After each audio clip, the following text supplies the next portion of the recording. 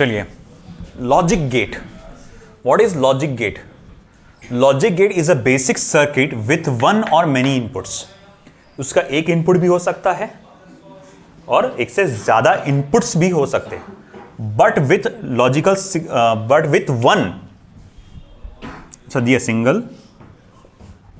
Single output. हाँ, but with logical single output. हाँ, but with logical single output. मगर जब उसका आउटपुट रहेगा वो एक ही रहेगा और लॉजिकल रहेगा. अब लॉजिकल क्या हुआ? देखो, आप बहुत बेहतर तरीके से बता सकते हैं या जान सकते हैं, समझ सकते हैं. जैसे फॉर एग्जाम्पल मैंने बोला कि भाई देखो, अभी भी आपने एलईडी के बारे में पढ़ा है. आपको करना क्या है, एलईडी के जो डिटेल है, जो कंस्ट्रक्शन एंड वर्किंग है, पूरा जो थ्योरी है आपको घर से कल 10 बार लिख के लाना है. ऐसा इमेजिन कर लो. हाँ, तो बोले आप इमेजिन कर लो कि 10 बार लिख के लाना है. कल आए, अब मैंने आपसे पूछा होमवर्क किए या नहीं, है ना? नहीं किए, 0, है ना? तो अगर हाँ किए तो अच्छी बात है, 1, एंड अगर नहीं किए तो 0. उसके अलावा मुझे कोई बीच का जवाब होना नहीं, है ना? वो बोलेगा सर मुझे 6 बार करके आया, 7 बार करके आया. नहीं नहीं, वो नहीं, मुझे किए है ना किए तुम बताओ, है ना? तो वो बोले हाँ सर करके लाया, तो 1, और अगर नहीं करके लाया तो फिर 0.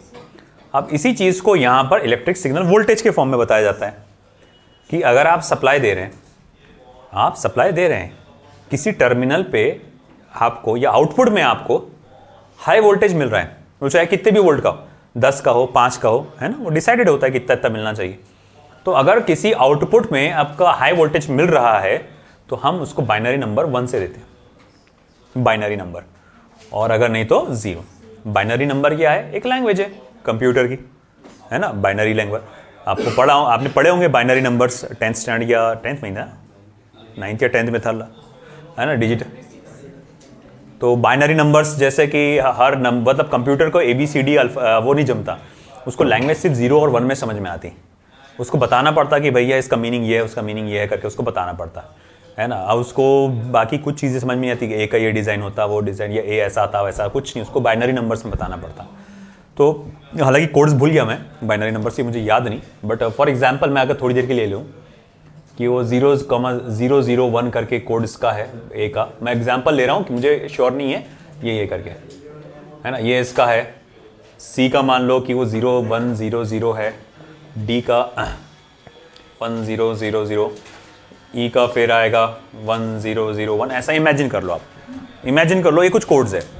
जब भी आप एक बटन दबाते हैं ए, और वो जब डिस्प्ले करता है सामने तुम्हारे को ए करके कंप्यूटर में, तो वो क्या करता है, वो जब आप बोलते हैं ना प्रोसेसिंग टाइम इतना इतना है, वो क्या करता है, वो पहले बटन जब दबाते हैं तो एक वोल्टेज मिलता है, सिग्नल मिलता है उसको, है ना? और वो सिग्नल कैसे मिलेगा, है ना? वो जो भी एक टाइम रहेगा, प्रोसेसिंग टाइम रहेगा, उसको 4 हिस्सों में बांटेगा. पहले हिस्से में कोई वोल्टेज नहीं, वो इंतजार करेगा कोई सिग्नल आया क्या, नहीं आया, नहीं आया, नहीं आया. और चौथे हिस्से में आ गया, मतलब 0001 ए बता दो, है ना? फिर उसके बाद आपने करे बी, तो फिर क्या होगा, यहां से एक कंप्यूटर में एक सिग्नल जनरेट करेगा. 0 नहीं, मतलब नहीं आया, कोई सिग्नल आया क्या, नहीं आया, आउटपुट 0 है. अब आया, अब 0 आ गया, मतलब क्या, बी. ये कई बार इंफॉर्मेशन पास आउट करने के लिए इस्तेमाल किया जाता है ना? जैसा आप अगर साउंड के फॉर्म में टिक टिक टिक करके ऐसा, या लाइट के फॉर्म में वो ऐसा ब्लिंक करते हैं, है ना? तो वो कितनी फ्रीक्वेंसी से है, क्या है, वो सब डिसाइडेड होता है, उसके हिसाब से वो लिखते हैं यहाँ पर. तो बाइनरी नंबर्स में पहले वो बनाते हैं, फिर बाइनरी नंबर को कन्वर्ट करते हैं आपको, है ना? मान लो कोई भाई बोलना चाहते हैं कि भैया बाबा नाम का कोई टेररिस्ट है, वो आया है यहाँ पर, है ना? कोई किसी का नाम है कि घर पे बाबा होगा, तो बोले बाबा नाम का टेररिस्ट है वो आया, तो उसको बताने के लिए सामने वाले को कि बाबा आया हुआ है करके यहाँ पर मारो गोली या बम गिरा दो, यहाँ कैसे करेंगे, है ना? तो वो क्या करेगा भाई, ठीक है, पहले वो सिग्नल देगा 0010 का, कुछ भी थोड़ी देर के लिए रखेगा बस, है ना? कुछ पता नहीं मुझे एग्जैक्टली कैसा, मगर कुछ ना कुछ तरीके से ये सिग्नल भेजेगा, फिर ये सिग्नल भेजेगा, फिर ये सिग्नल, फिर ये बोले बाबा लिख के आ गया, अरे भाई मारो रे बम गिरा वहाँ पे, है ना? तो वो ऐसा वहाँ पर ये सब चीज़ें इस्तेमाल होती है. तो ये बाइनरी डिजिट्स, ये सिर्फ आपको लॉजिकल आउटपुट देते हैं, हाँ या ना. ये नहीं बोलेगा उसके घर वाले भी साथ में हैं, वो भी है साथ में, वो अधूरा आया हुआ है, ऐसा कुछ नहीं भाई. वो सिर्फ हाँ या ना में जवाब देता है. तो वही सर्किट आपका जब हाँ या ना में जवाब देता है और लॉजिकल आउटपुट देते हैं, आइदर ऑन या ऑफ, आइदर ऑन या ऑफ, तो उसको हम लोग कहते हैं यहाँ पर लॉजिक गेट्स. अब लॉजिक गेट्स जब हम स्टडी करते हैं तो क्लासिफिकेशन जो है लॉजिक गेट्स का वो कुछ इस तरह से किया जाता है। लॉजिक गेट्स का अगर मैं क्लासिफिकेशन करूंगा तो एक होता है बेसिक गेट्स और एक होता है यूनिवर्सल गेट्स। और हमको जो गेट्स है बस वही पढ़ेंगे हम, एक्स और एक्स नॉर नहीं पढ़ेंगे, वो नहीं हमारे सिलेबस में। बेसिक गेट्स में क्या है? And gate, or gate, not gate. Universal gates में क्या है? नैंड और नॉर गेट, है ना। 10 आपने कहीं पढ़ा है कि मैथ्स में? मैथ्स में होगा शायद से, है ना। तो basic gates and or not, universal gates nand and nor. तो ये आप इस तरह से गेट्स का क्लासिफिकेशन होता है। यूनिवर्सल गेट्स क्यों कहा गया है इनको? क्योंकि आप इन दोनों गेट्स की कॉम्बिनेशन से, विथ प्रॉपर कॉम्बिनेशन, कोई भी बेसिक गेट बना सकते हो, है ना। ये गेट्स की प्रॉपर कॉम्बिनेशन में कोई भी गेट्स बनाया जा सकता है। तो अब हमारा फोकस रहेगा सबसे पहले बेसिक गेट्स पे। बहुत आसान है, इधर का हो चुका है आई थिंक। साइमल्टेनियसली लिखते चलो, फास्ट करना है अपने को। मुझे आज थ्योरी कंप्लीट करना है, इसकी प्रैक्टिस कल करा लूंगा, इसकी न्यूमेरिकल्स की इसकी। तो देखो इधर, सबसे पहले बेसिक गेट्स में जाएंगे हम लोग। बातें मत करो बेटा। और उसमें सबसे पहला जो मैं देखने वाला हूं वो रहेगा and gate. And gate. Amjad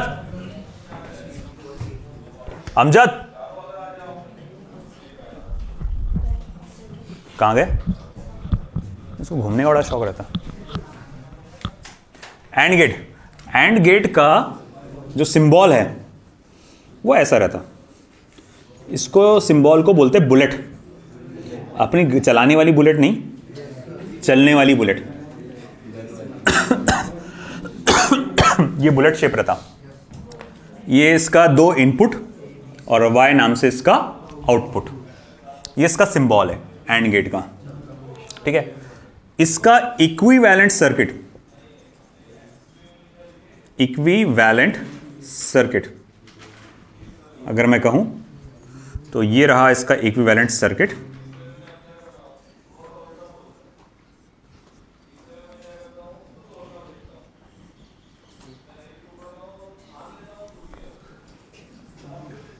ठीक है, यहां लोड रेजिस्टेंस भी लगा सकते हैं, मगर मैं आसानी के लिए यहां पर बल्ब लगा देता हूं। इमेजिन करो यहां बल्ब लगा हुआ है एक विद टंगस्टन फिलामेंट। चलो ठीक है, ये 2 इनपुट्स है ए और बी, ओके, इक्विवेलेंट सर्किट। और मैं लगाता हूं ट्रुथ टेबल यहां पे,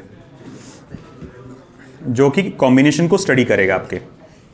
देखो ट्रुथ टेबल में एक इनपुट का सेक्शन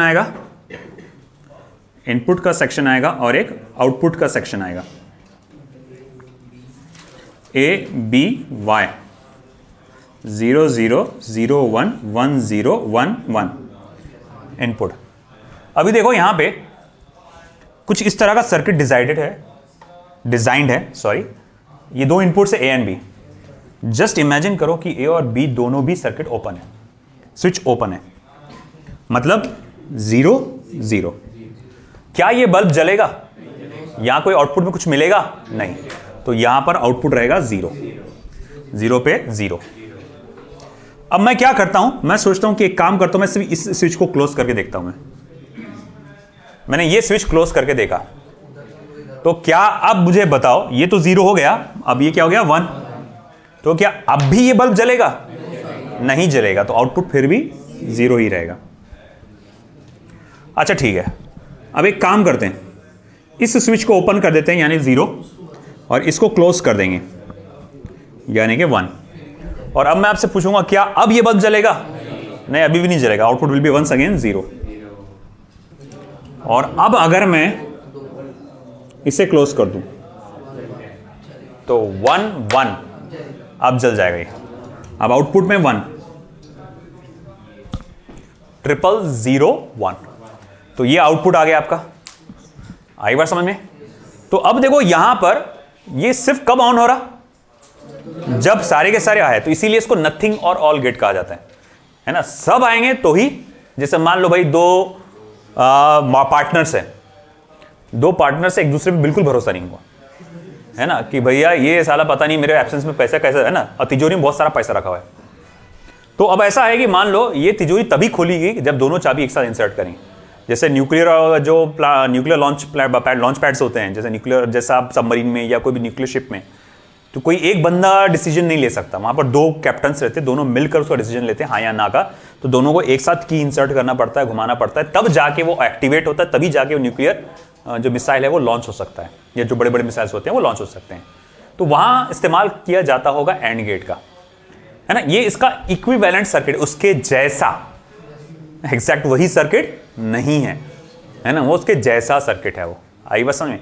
तो भैया यहां पर ये तभी एक्टिवेट होता है जब सारे के सारे इनपुट लो होंगे, सॉरी हाई होंगे, है ना। एक भी इनपुट अगर लो है तो आउटपुट 0 हो जाएगा, लो हो जाएगा।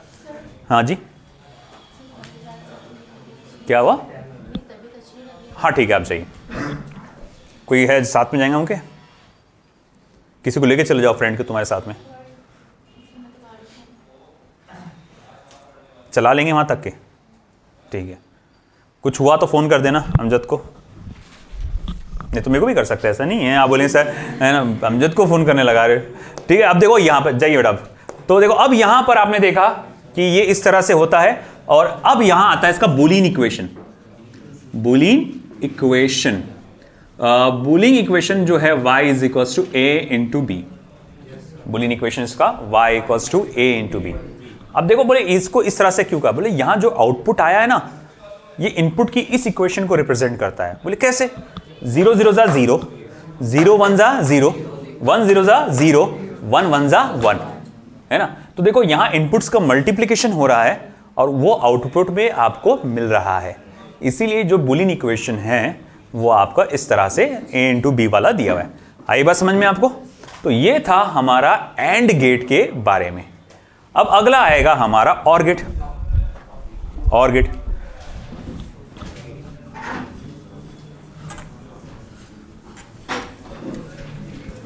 कोई दरवाजा बंद कर दो।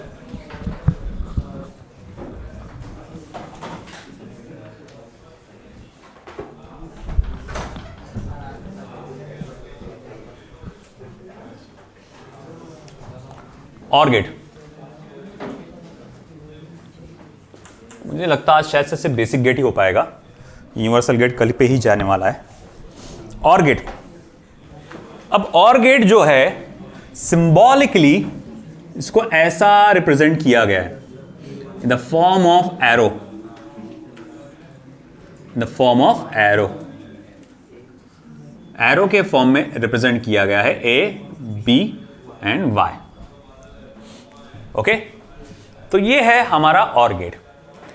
अब इसका इक्विवेलेंट सर्किट अगर मैं बताऊं, इक्विवेलेंट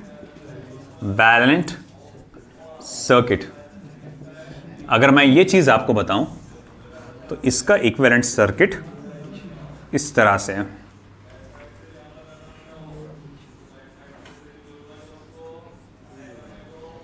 यहां पे बल्ब, यहां पे स्विच, इस तरह से ये switch A, switch B. Ready? हाँ, ट्रुथ टेबल रह गया इसका। ट्रुथ टेबल, सच्चाई का टेबल। यहां इनपुट, यहां आउटपुट। इनपुट के अंदर दो कॉलम्स ए और बी, आउटपुट के अंदर सिर्फ वाई वाला एक कॉलम। ठीक है, अब देखो बेटा यहां पे वंस अगेन कॉम्बिनेशन ऐसे आएंगे 0 0 0 1 1 0 1 1, ये कॉम्बिनेशन इस तरह से रहेंगे। ओके तो देखिए इधर मैं दोनों कीज ओपन रखता हूं, 0 0, बल्ब चलेगा क्या? नहीं, तो आउटपुट 0।